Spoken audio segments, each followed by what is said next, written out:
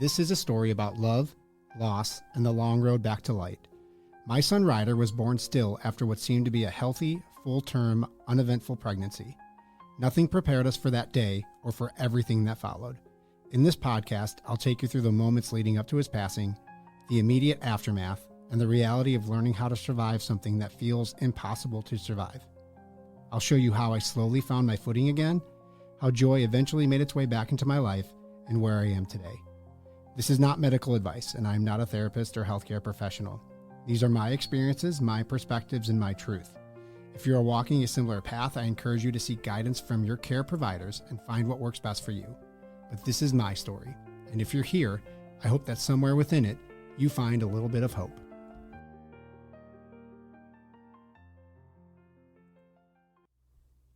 Last episode, we talked about Ryder's birthday. What that day felt like, what it stirred up, and how it was impacting me in real time. And today, we go back to our regular timeline, back to where we were just a few weeks after Ryder passed. We're home, the memorial services are over, and everyone's gone back to their lives. But we were still there, trying to figure out how to live in ours. Ann and I are in therapy, both individually and in group, and that's become part of our routine. One of the only things that feels structured in a time when everything else is going crazy. Somewhere in the middle of all this, my 40th birthday came and went. And there wasn't much acknowledgement of it at all. Not because people didn't care, but because I didn't want it. We were only days removed from our son's funeral, and there was literally nothing to celebrate. No part of me wanted attention. No part of me wanted a reminder that time was moving forward, so the day just passed. And that brings us to where we are now. A few weeks removed, still in the thick of it, and Mother's Day is quickly approaching. There's a version of grief that people don't really talk about enough. It's not the immediate shock. It's not the services. It's not the meals or the flowers or the people showing up. It's what comes after. The days and the weeks after everyone goes home. And this is where the spirit of this episode lives. After Ryder's services, Ann and I were just going through the motions. Most of our time was spent at home, just the two of us. There wasn't much movement. A lot of time on the couch, a lot of time in bed, and the days just blurred together. Depression was real. The sadness was constant. And joy, if I'm being honest, joy was not there. And then something else crept in. Silence. Our house was never silent before. Music was always playing. Our smart speaker was constantly on, and there was always something in the background. Music has always been a huge part of my life. It was a huge part of Ann and my relationship, even before we were together. It's part of how our friendship grew and part of what brought us together years later. Music was just always there. And now it wasn't. The house was quiet in a way that didn't feel normal. It wasn't peaceful. It just felt empty. We didn't turn anything on because we didn't want to. Because music meant feeling something. And at that point, feeling anything more than what we were already carrying just felt like too much. We hadn't gone back to work yet, and even thinking about work felt impossible. But I did take one step. So several weeks before this, the day after we lost Ryder, I did reach out to my employer's third-party leave administrator, and that conversation did not go the way anyone would hope for in something like this. There was no empathy, no acknowledgement of what had just happened. Just a very clinical response that my parental leave would be removed and I would be expected to return back to work. Obviously, that didn't happen. But what happened next is something I'll never forget. When my leadership team and other leaders in the building heard not just about Ryder, but about how the interaction with the third-party administrator was handled, they were furious. And I had multiple high-level leaders reach out personally, checking in, offering support, telling me I had all the time I needed. And I've said this before, not everyone showed up from work, and that's true. But the ones that did, they really were incredible. I was also in leadership at this time, and I can honestly say that I don't know how Ann and I would have made it through without the support of my team. But even with that support, we are just still surviving. And there's something that's starting to hit us in a different way. As I said, Mother's Day was coming. In our group sessions, we were preparing for something called a different kind of Mother's Day. A room full of parents, all carrying the same kind of loss, all holding space for their babies. We were healing, but it was so incredibly heavy. And that conversation didn't stay in that room. It came home with us. And Ann said something that I think a lot of people who haven't lived this might not fully understand. She did not want to be home or celebrate Mother's Day. She didn't want the reminders. She didn't want the texts. And she didn't want to see the posts. So we made a decision. And if I remember right, this conversation really started after our Tuesday group session. I believe those were on Tuesdays. And by Wednesday, we were booking a trip. That Thursday, the very next day, we were on a flight to Jamaica. Why Jamaica? Honestly, no real reason. I couldn't tell you one if I tried, other than it wasn't a bucket list trip. It wasn't something that we dreamed about.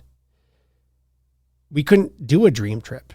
That wasn't the kind of trip that we were going to be going on. This was we're grieving and we need to get away trip. A runaway from life for a minute kind of trip. This wasn't a fun vacation. This was, we need to turn off what is about to happen vacation. We really needed to be isolated from the world. But if we were going to do that, we needed to do it somewhere that at least felt nice. This wasn't a celebration trip. It wasn't a party trip. This trip was a trip of escape. This was about survival. Nothing about this trip felt fun or good or exciting. It just felt necessary. And for the most part, it was good. We swam. We ate great food. We met amazing people. We fell in love with the culture and with the people of Jamaica. We already knew before we went that we loved the music, but we did find things that we enjoyed. And somehow, by complete accident, we ended up at one of the nicest resorts on the island. We have been back to Jamaica since this trip, and nothing is quite compared to that first vacation, or at least that first resort. But even in all of that, we cried. We cried in the room. We cried on the beach. We cried in the ocean. We cried at the restaurants. Because the truth is, grief doesn't stay home with you when you leave. It all came with us. Ryder came with us in every thought, in every moment, in every conversation. We told his story to people we'd never met. He was never not there with us on that trip. And something I want to share, especially if you've seen the post leading up to this episode, I did share some photos from that trip on TikTok, on Instagram, and LinkedIn. And I paired them with messages about grief and how joy can exist alongside it. But I want to be really clear about something. Those photos, they were chosen. They were the moments where we looked our happiest. And that was intentional for that post. But those moments, they were so few and far between because most of that trip wasn't that. Most of that time, we were just there. The same way we were at home, just existing. Only now we were doing it in Jamaica. And there were long stretches of just being neutral. Not okay, not falling apart, not having fun, just somewhere in between. But in those moments where we did connect again, where we sat in the ocean, where we floated, where we listened to the steel drums, where we ate great food, something small was happening. We were starting very, very slowly to learn how to live again. And in this new version of life that was starting in Jamaica, we smiled. We laughed. We made a few new memories.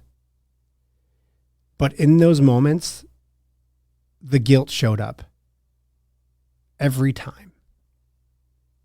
We'd laugh, and then we'd feel it. We'd smile, and then we'd feel it. This overwhelming sense of how can we feel this when Ryder isn't there? How is this even real? And even now, looking back at those photos, there's grief still there. And that guilt is still there. Guilt in seeing ourselves smile. Guilt in remembering those moments of laughter, and guilt in knowing that for a second, we felt okay in those weeks after losing Ryder. For the first time, we were starting to feel like there was life again, and that felt wrong. This trip wasn't healing in some big, obvious way, but it was something important. It was a step. It was the beginning of learning how to have grief and joy in the same space. And that's something that does not happen overnight. And it's still not something we've mastered. Not even close. Just last night, Ann and I were talking about these posts and the podcast and this episode. And even now, there is still grief and guilt in looking at those photos of us being happy. Because now we know what's really underneath them. This journey is not a straight line. It is very much cyclical. You are good one moment and falling apart the next. And as much as we've grown, as much as we talk about Ryder, as much as we share our story, even through this podcast, we are still learning how to live with this every day. It has been 7 years, and we are still trying to figure out something new every single day.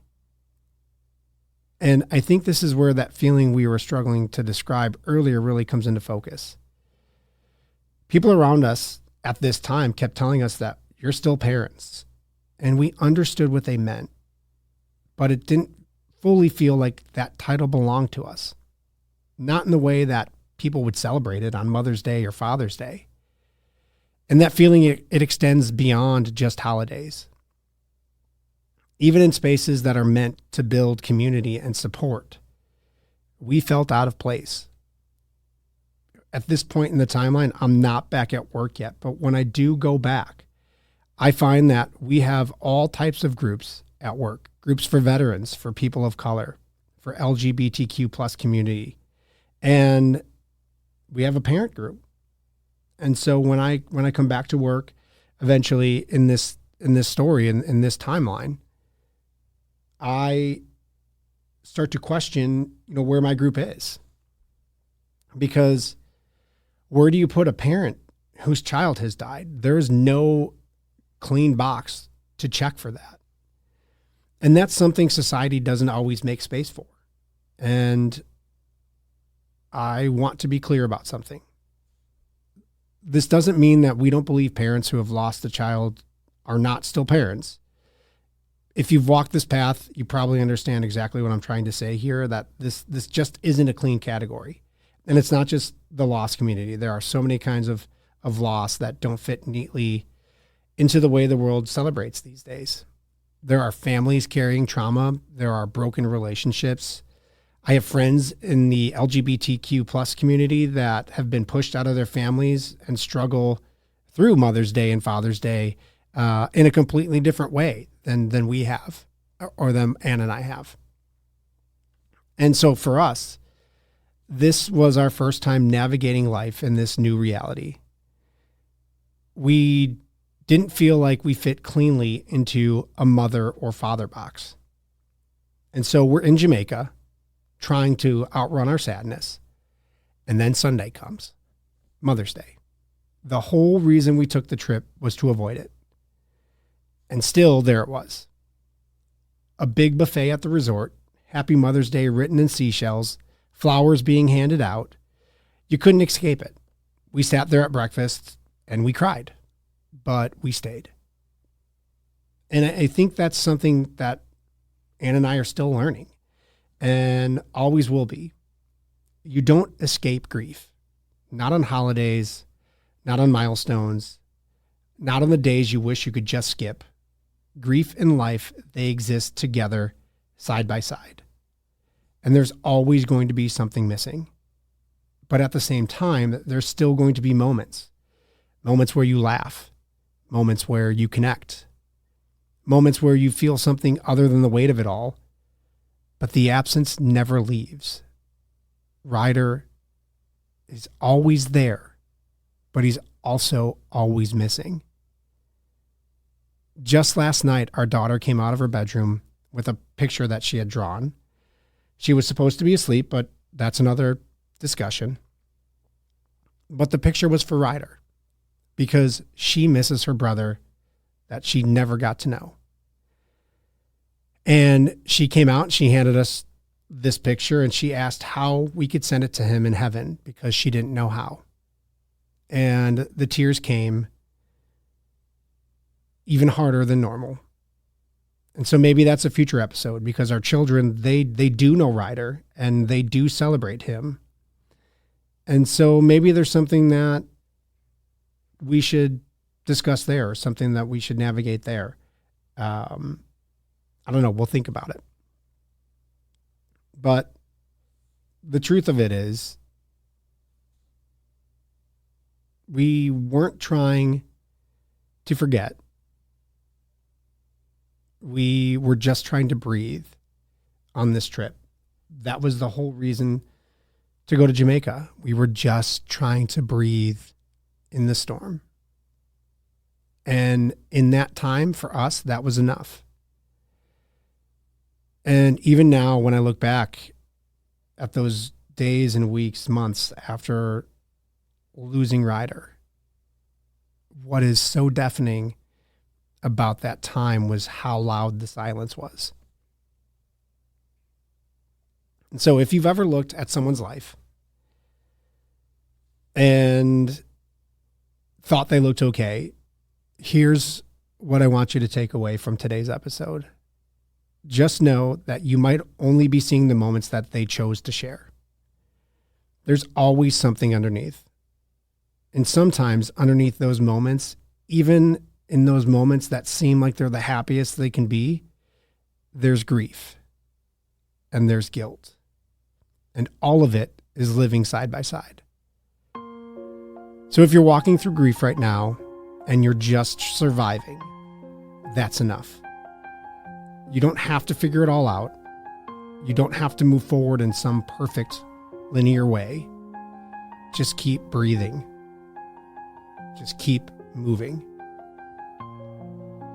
We'll be back next week, and maybe we'll talk more about how our kids are learning to know and love Ryder in their own way. I'm not sure what next episode will bring, but until then, take care of yourself and have a great week.